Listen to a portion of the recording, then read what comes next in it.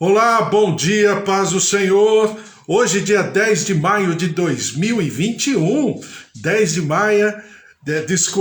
maio, segunda-feira, o dia que o Senhor preparou, o dia que o Senhor derramou, o dia que o Senhor já estabeleceu, concretizou, tornou uma realidade sobre a tua vida, sobre a tua casa, a tua família, em nome de Jesus. Por isso nós estamos aqui na presença do Senhor, mais um dia, pensando um pouco sobre a palavra do Senhor, sempre lendo uma pequena porção da palavra do Senhor de maneira linear. Estamos no livro de Mateus e hoje Mateus 19, já estamos vindo em Mateus 19 já há alguns dias e agora vamos dar continuidade a Mateus 19. Mateus 19, a gente já leu sobre o que significa o Rio Jordão, né? Mateus 19, versículo 1 e 2, falando o Rio Jordão como um símbolo de uma nova etapa, uma nova dimensão, uma nova capacitação, as esperanças do Senhor se manifestando, se concretizando, e o povo de Deus vivendo essas esperanças, e o povo de Deus se abrindo a essa esperança de Deus, para que fosse também a esperança do próprio povo, né? Do versículo 3 até o versículo 12, a gente falou sobre o casamento. É claro que todo mundo, geralmente, quando a gente ouve, ou a gente, né, tem alguma ministração sobre essa passagem, geralmente a pessoa pontua o divórcio. E eu sempre falo para você, não, Jesus pontua o casamento. O que interessa para Deus é a aliança, não um acidente de percurso, não algo que tenha acontecido. Então o divórcio, nesse sentido, é exceção, não é regra. Aí você vai falar, então é pecado o divórcio? Não. Até o próprio Senhor Jesus prescreve, né, fazendo alusão, confirmando aquilo que Moisés diz sobre o divórcio. A única questão é que toda aliança, ela foi estabelecida, né, sobre patamares espirituais, porque você falar em aliança, tudo que diz respeito à aliança diz respeito a Deus. Não tem como fugir disso. É uma lógica espiritual. Então, quando eu falo de aliança, eu estou falando de Deus. Quando eu estou falando de Deus e das coisas de Deus, elas são permanentes. Elas não são abreviadas, pequenas, com validade. Não, entra em crise. Não, a aliança com Deus, ela é permanente. Porque tudo que vem de Deus é permanente, é eterno, é infinito, é maravilhoso, é perfeito. E assim é a aliança também. Então, quando se fala em divórcio, está se falando sobre uma cisão. Claro, existem motivos, existem circunstâncias, né? A própria palavra prescreve, e o próprio Jesus também prescreve a respeito. Mas com isso, a gente não pode pegar uma coisa que seria, dentro da lógica divina, um acidente de percurso, e falar que seria uma coisa normal, corriqueira, como as pessoas tentam, né, falar desse assunto, como se fosse alguma coisa assim, né? Não gostou, descasa, não gostou, divorcia. E aí casa de novo. Então, havendo divórcio, depois disso vem o quê? Vem o luto, vem a consciência de que se quebrou um ciclo. O porquê quebrou, quais foram as razões, né? Exatamente o mesmo, vamos dizer assim, a mesma preocupação que a pessoa deveria ter ao se casar, antes de se casar. Então, o que Jesus está colocando aqui é o casamento mal interpretado, o casamento mal observado, porque um casamento consistente, certamente, correrá menos riscos. E é aquilo que eu falei para você, né? Sobre o casamento. A questão de um homem se casar com uma mulher e dar certo, diz o livro de Provérbios, é um mistério, né? O mistério do homem com uma donzela. Por quê? Porque são seres completamente diferentes. Mas no Senhor é possível. Por quê? Porque é exatamente a expressão da aliança de Deus, o marido, com o seu povo, a esposa. ou de Jesus, o noivo, com a igreja, a noiva. Exatamente, são dois seres. Na origem, completamente diferentes. Mas no Senhor, na plenitude do mover e da interferência do Espírito Santo, é possível sim Deus ter uma aliança com o seu povo, uma aliança permanente, eterna, que é exatamente a nossa esperança. Bom, dito tudo isso, depois Jesus abençoa as crianças. E o que significa abençoar as crianças? E nós conversamos a respeito.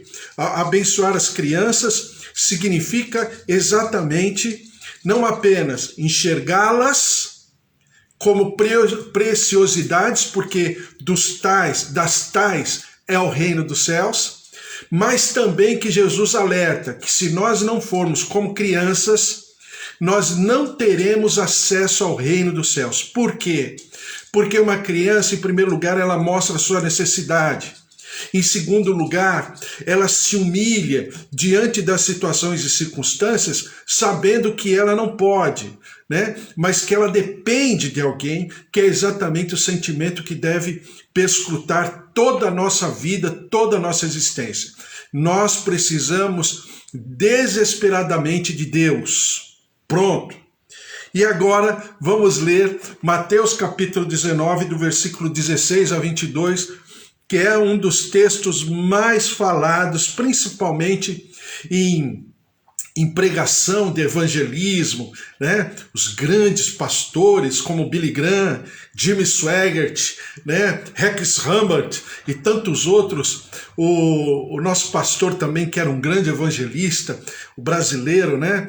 Nilson Fanini, né? O pastor da Igreja Batista lá do Rio de Janeiro, já falecido, já está no Senhor, mas o que significou essa passagem, e são pregações maravilhosas, muito especiais, que fizeram a diferença numa geração inteira de pessoas que aceitaram a Jesus. Milhões e milhões se converteram também por causa da ministração dessa palavra, dessa passagem, que é muito especial, porque fala exatamente do propósito de Deus.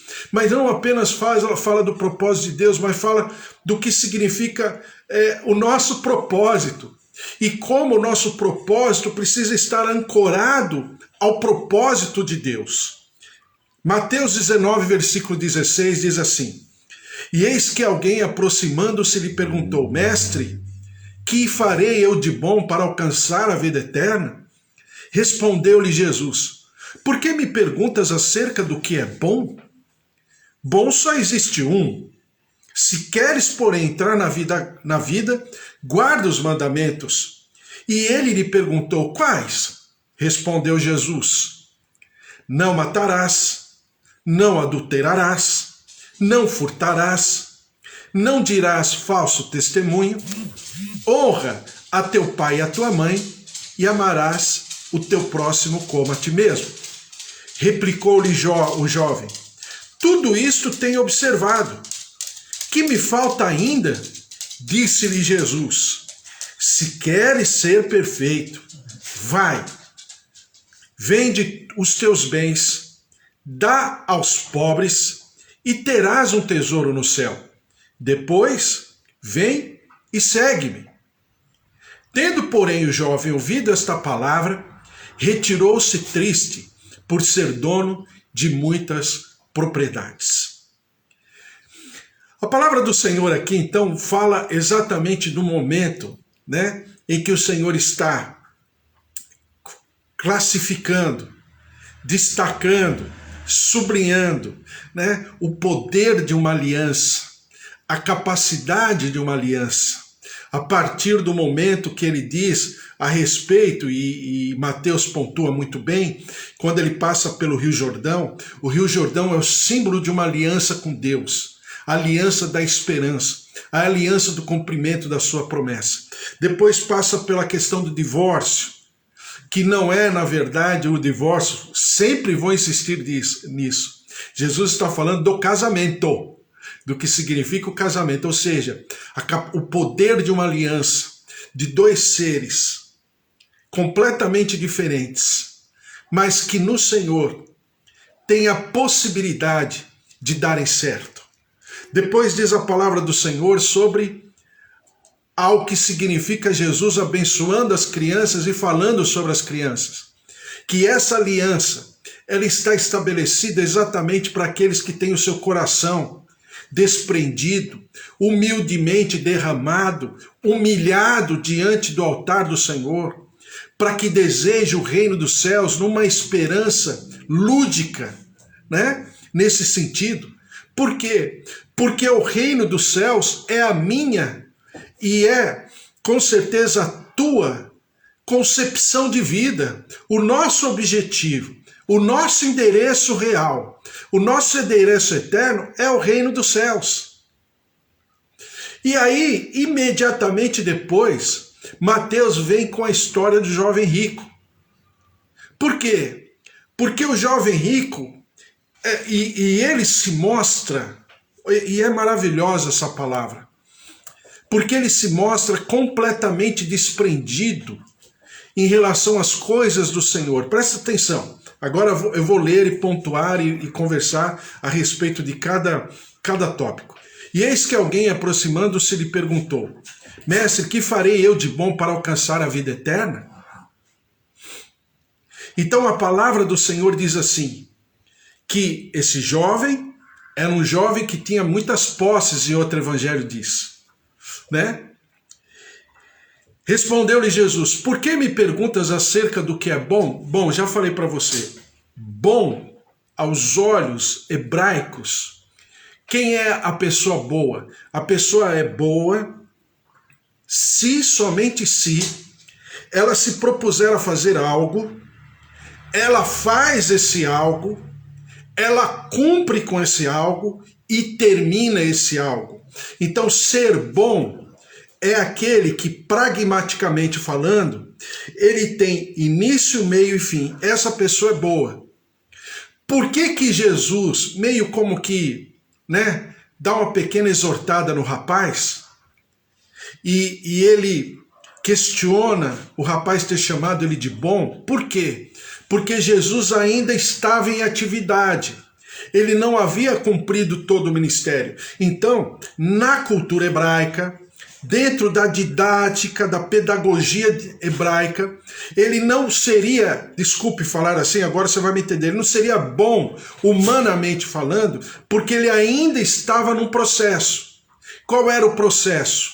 Qual era o processo de Jesus Cristo? O processo de Jesus Cristo era ressuscitar mortos? Não. O processo, a vida, o propósito de Jesus Cristo, como diz Billy Graham, era, né, alimentar os necessitados? Também não. Qual era o propósito de Jesus Cristo? O propósito de Jesus Cristo era a cruz do Calvário.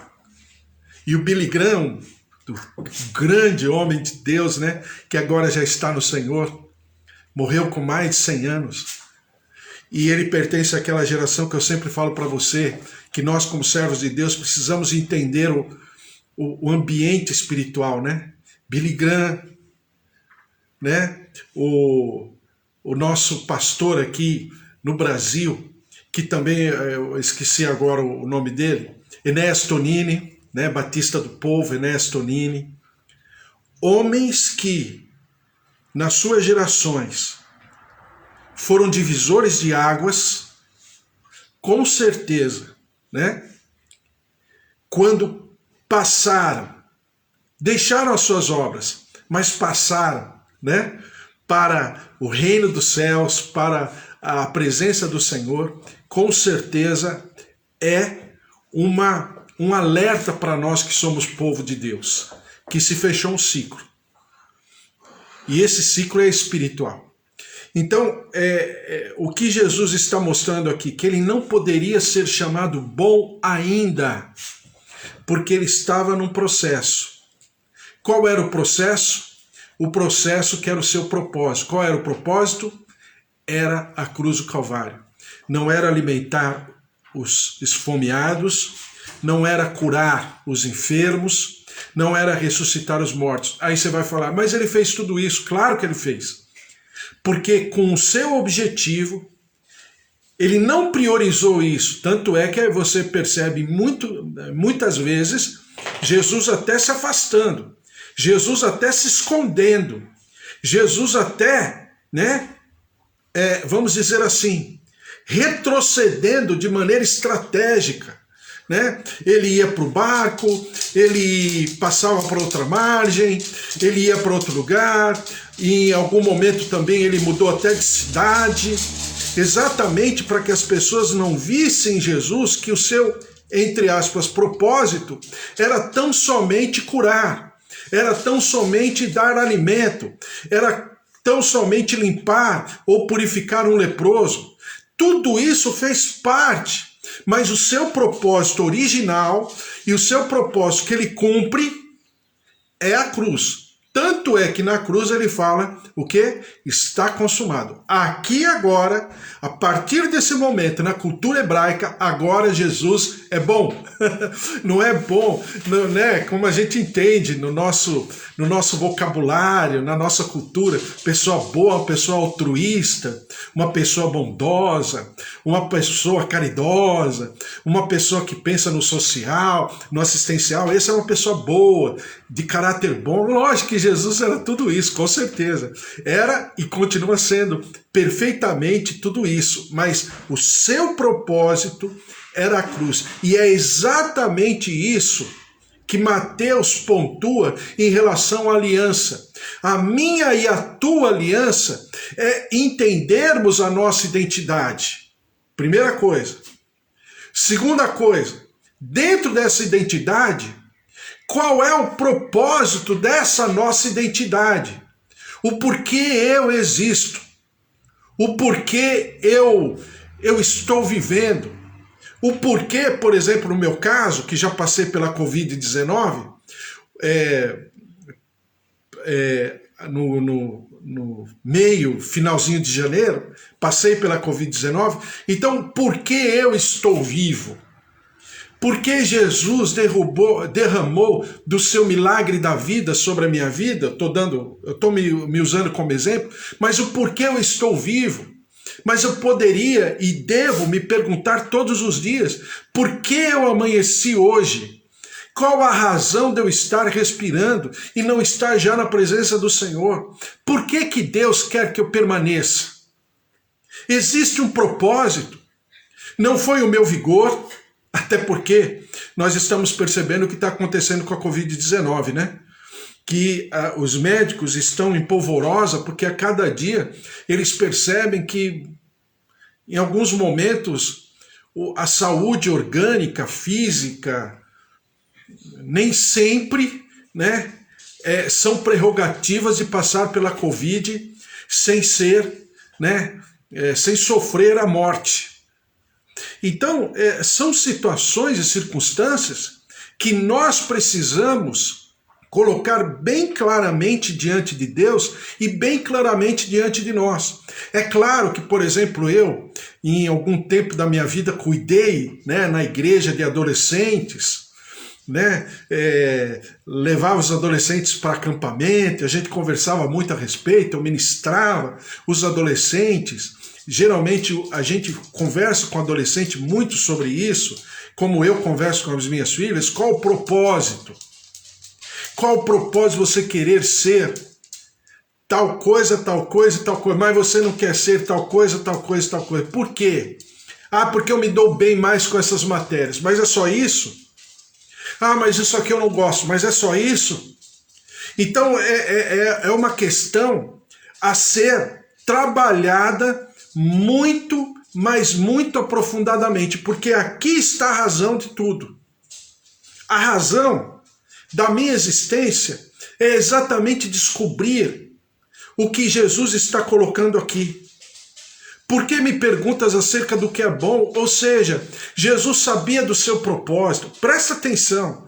Antes dele conversar com um jovem rico e vamos dizer, detalhar esse assunto, ele diz dele próprio: eu sei que eu não estou bom ainda, porque eu não completei, eu não consumei a minha obra, aquilo para o qual o Pai me enviou. Então perceba que existe uma linha de raciocínio completamente perfeita. E diz assim: bom só existe um, se queres, porém, entrar na vida, guarda os mandamentos. Então entrar no reino dos céus, para Jesus, é entrar na vida. Isso que nós temos aqui hoje é, vamos dizer assim, é um símbolo de vida, não é a vida. Para Jesus, vida é vida eterna. Para Jesus, vida é estar arrolado, é ser membro do reino dos céus. Isso é vida. Isso aqui é o símbolo. É uma sombra do que é vida de fato. E isso é maravilhoso. Diz assim: se queres, porém, entrar na vida, guarda os mandamentos. E aí Jesus fala alguns mandamentos. Ele diz, né? E ele perguntou quais? Respondeu Jesus: não matarás, não adulterarás, não furtarás, não dirás falso testemunho, honra o teu pai e a tua mãe, e amarás o teu próximo como a ti mesmo. Perceba que ele fala 5 mandamentos de Êxodo 20 e coloca o mandamento de Levítico, né? Ele não fala dos 10 mandamentos. Então a gente vai conversar a respeito disso. Amanhã tem mais, em nome de Jesus, porque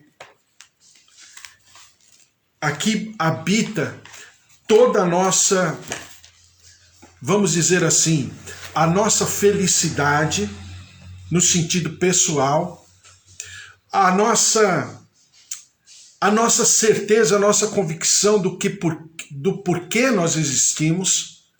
E isso é maravilhoso quando a gente conversa a respeito e pensa a respeito da palavra de Deus de maneira tão assim descontraída, mas isso não significa que não seja profunda, que não seja necessário, e ao mesmo tempo que essa palavra possa nortear a nossa vida, os nossos procedimentos e também a maneira com que nós ministramos, conversamos com as pessoas ao nosso redor, porque isso é muito importante, né? Vamos orar, colocar tudo isso diante do Senhor, tua casa, tua família, os teus queridos, pastora Mara que está aqui, minha tia Rosália também, minha tia Alzira, sempre orando pelo meu primo Alexandre, também meus tios, minhas tias, filhos, netos, sobrinhos, sobrinhas, genros, noras, a presença, o poder de Deus, a Eva, o Carlos, filhas, genros, netinho, a Márcia, o Fábio, filhos, netinha, pais, em nome de Jesus, também o Bispo Antônio que está aqui,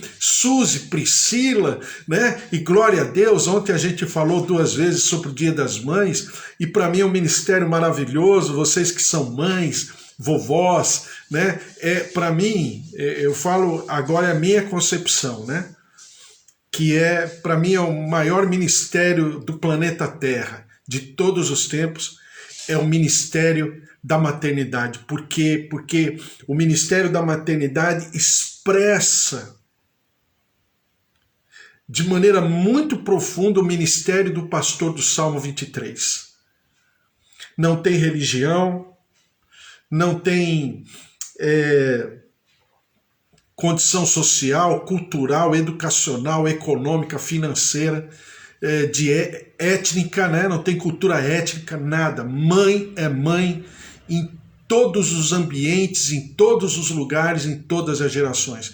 Então, ser mãe é algo tão poderoso e tão maravilhoso, e é tão gratificante, porque ser mãe é dividir o ministério do pastor do Salmo 23, né, e tornar realidade. Isso é maravilhoso, né? E mãe é mãe. Já diria o velho ditado, mãe é mãe. Quer dizer, poxa, você não tem nem verbalização, mas todos sabem o que significa. Por isso que para mim é o maior ministério que existe.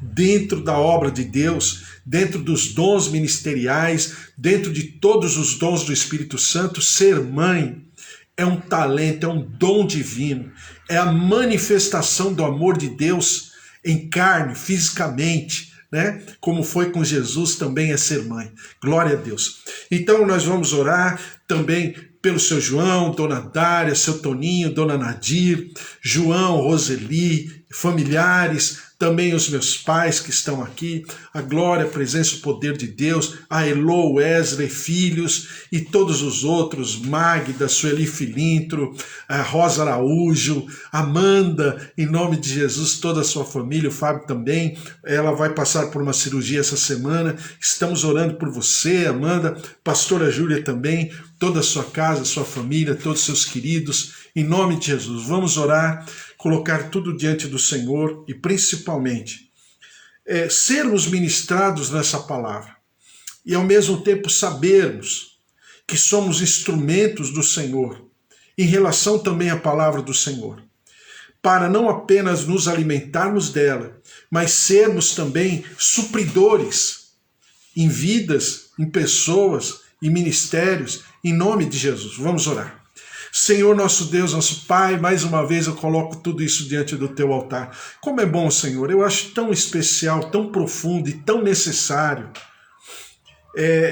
pensarmos sobre a tua palavra. Lermos de uma maneira assim, em comunhão, numa comunhão que estamos distantes fisicamente, mas em comunhão de propósito, e essa comunhão de propósito nos une, nos faz uma comunidade, ainda que, como diz a pastora Mara, sejamos uma igreja sem paredes, mas no nosso coração, no nosso íntimo, nós queremos viver exatamente essa saúde da tua palavra, esse alimento que todos os dias pontua na nossa vida. Ó Deus, em nome de Jesus, por isso continua a falar, continua a ministrar, continua a derramar, ó Deus, do teu entendimento, da tua sabedoria, do teu discernimento, para que possamos transcender o didático, o teológico, o teórico, o pedagógico, e possamos avançar numa dimensão espiritual, sendo tocados, sendo batizados por essas águas, impregnados pelo teu poder e pela tua vontade. E nós daremos sempre ao Senhor todo louvor, toda honra e toda glória.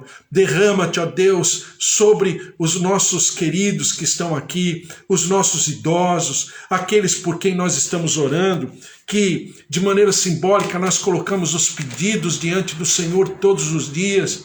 Estamos em jejum também pelos nossos familiares, pelos nossos queridos, ó Deus, idosos, avós, tios, pais, marido, esposa, filhos, sobrinhos, netos. Senhor, em nome de Jesus, toca, visita, cura, derrama-te, ó Deus, com a tua saúde, com estas águas curadoras, maravilhosas, manifesta-te, ó Deus, em nome de Jesus, tocando o corpo, tocando os nervos, a tireoide.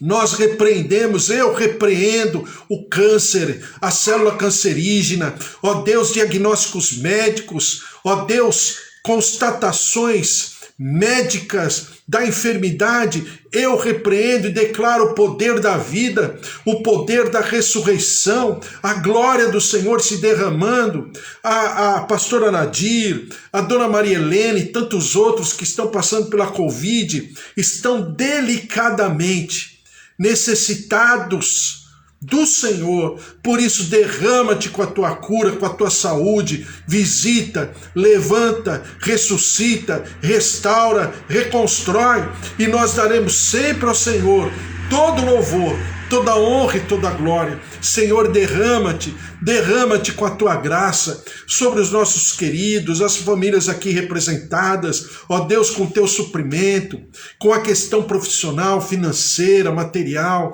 Senhor, estamos vivendo um período muito crítico em todos os sentidos, e na área financeira, e material e profissional. Ó Senhor, porque nós dependemos do Senhor. Porque 1000 cairão ao nosso lado, 10.000 à nossa direita, mas nós não seremos abalados, como diz a tua palavra. Por isso, Senhor, nós necessitamos da tua intervenção, do teu suprimento, da tua prosperidade, do teu sucesso. Derrama-te, ó Deus, sobre a nossa vida financeira, material. Derrama-te, ó Deus, com os teus propósitos, para que nós tenhamos condição de avançarmos, de conquistarmos, realizarmos para o Senhor, em nome de Jesus. Senhor, derrama-te sobre o nosso país. Deus de maravilhas, tem misericórdia, Senhor, tem misericórdia.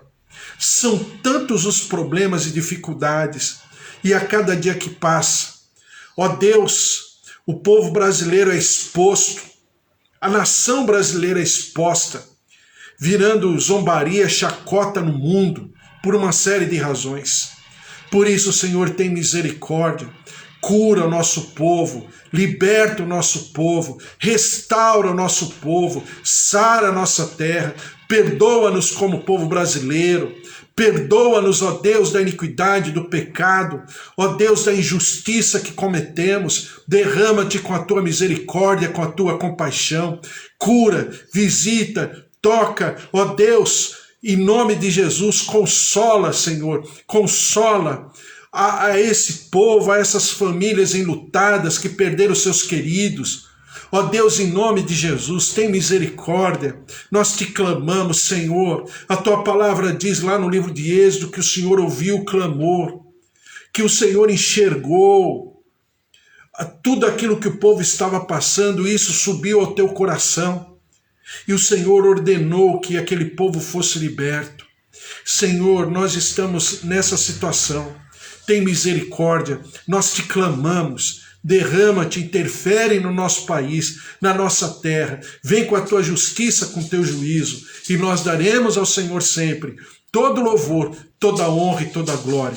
E que nós, Senhor, tenhamos uma segunda-feira, uma semana maravilhosa, abençoada, impregnada do teu poder, da tua glória, da tua unção.